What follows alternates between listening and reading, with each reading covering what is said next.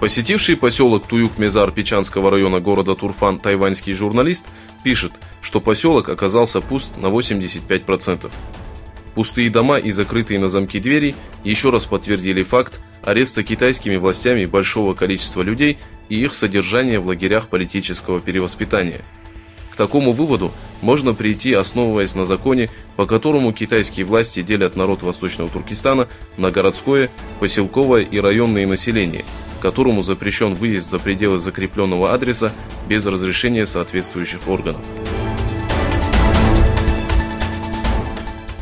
Комиссар по религиозным правам ООН потребовал от Китая предоставить доступ к лагерям, в которых содержатся уйгуры и представители других национальностей.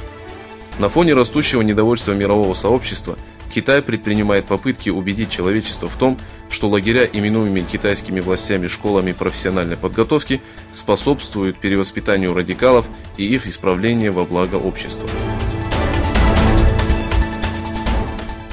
Премьер-министр Малайзии Махатир Мухаммед заявил, что китайские претензии на права в Южно-Китайском море и разногласия Пекина со странами региона ничем не отразятся на Малайзии.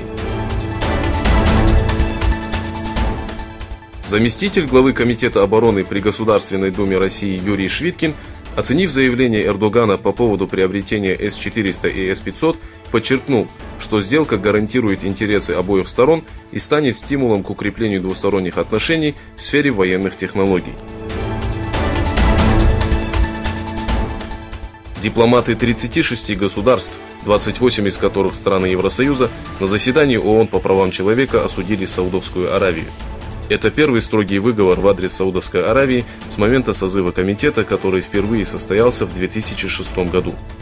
На собрании, проходящем в Женеве, текст обращения зачитает представитель Исландии Геральд Аспиланд. Комитет призывает руководство Саудовской Аравии освободить задержанных активистов и оказать содействие в раскрытии убийства журналиста Джемаля Кашикчи, расследование которого ведется при патронаже ООН.